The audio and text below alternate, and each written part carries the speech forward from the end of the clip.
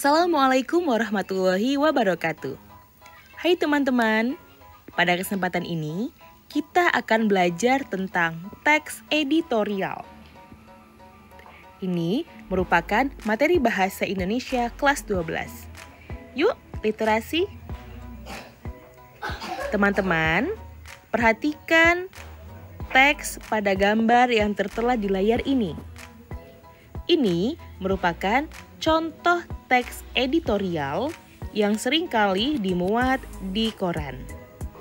Nah, adapun tujuan pembelajarannya, kali ini teman-teman diharapkan mampu memahami pengertian teks editorial, mengidentifikasi struktur teks editorial, menganalisis kaidah kebahasaan, serta menulis teks editorial. Teman-teman, seringkali kita sebagai pembaca sulit membedakan mana yang merupakan jenis teks editorial dan mana yang merupakan jenis teks berita yang tertera di dalam koran. Untuk lebih memahami perbedaannya, simaklah teks berikut. Kita akan mengetahui perbandingan antara teks editorial dan teks berita. Pengertian teks editorial isinya mengungkapkan pendirian editor atau pimpinan surat kabar, majalah mengenai beberapa pokok masalah. Sedangkan berita merupakan cerita atau keterangan mengenai kejadian atau peristiwa yang hangat. Sementara itu, adapun perbedaan dari teks editorial dengan teks berita. Teks editorial berkenaan dengan suatu peristiwa aktual yang menjadi sorotan halayak, sifatnya pro dan kontra, dan menyampaikan suatu pendapat dengan meyakinkan. Sedangkan berita berkenaan dengan suatu peristiwa yang aktual dan bertujuan untuk menyampaikan fakta atau informasi dengan sejelas-jelasnya. Nah, saat ini kita sudah memahami pengertian dari teks editorial. Sekarang kita akan memahami struktur teks editorial. Adapun struktur teks editorial, yang pertama merupakan bagian pengenalan isu. Pengenalan isu merupakan bagian pendahuluan teks editorial. Fungsinya adalah mengenalkan isu atau permasalahan yang akan dibahas dalam bagian berikutnya. Pada bagian pengenalan isu, disajikan peristiwa persoalan aktual, fenomenal, dan kontroversial. Struktur yang kedua merupakan bagian penyampaian argumen. Bagian ini merupakan bagian pembahasan yang berisi tanggapan redaksi terhadap isu yang sudah diperkenalkan sebelumnya. Dan struktur yang ketiga merupakan bagian penegasan. Penegasan dalam teks editorial berupa simpulan, saran, atau rekomendasi. Di dalamnya juga terselip harapan redaksi kepada para pihak terkait dalam menghadapi atau mengatasi persoalan yang terjadi dalam isu tersebut. Selanjutnya, kita akan memahami kaidah kebahasaan yang ada di dalam teks editorial. Namun sebelumnya, apakah kalian mengerti apa itu kaidah kebahasaan?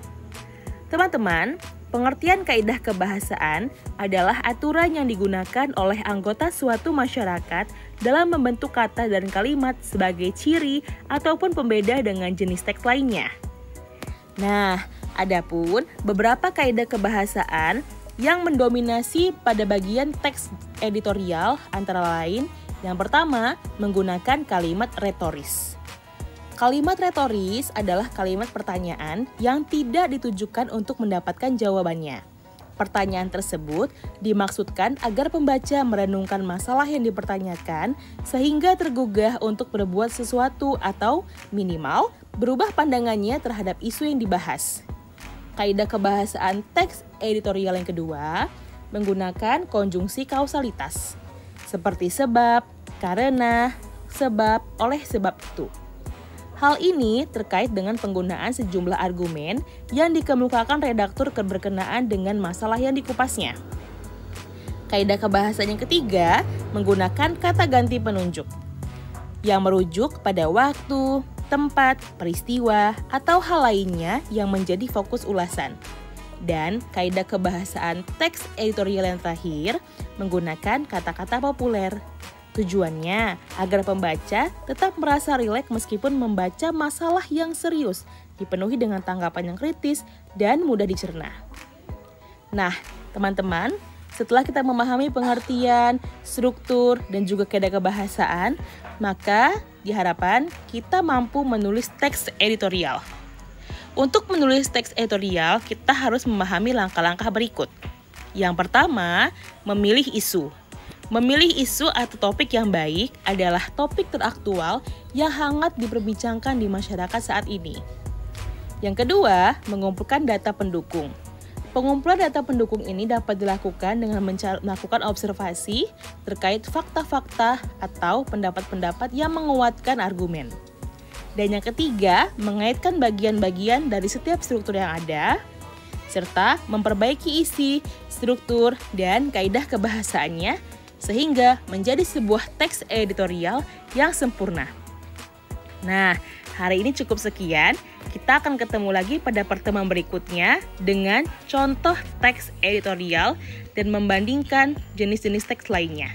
Wassalamualaikum warahmatullahi wabarakatuh.